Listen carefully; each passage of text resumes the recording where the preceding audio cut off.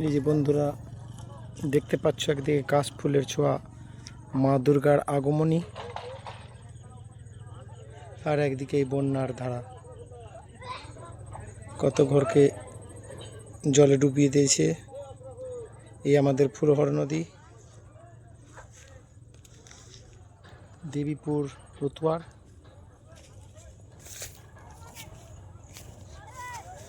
এই যে ফুরোহর নদীর দৃশ্য, মা দুর্গার আগমনের সঙ্গে সঙ্গে বন্যা ও আগমনী। এই যে কাশফুল ভরা, এই যে সব বাড়িঘর উপর থেকে এসেছে। এই যে দেখতে পাচ্ছেন নদীর ওপার।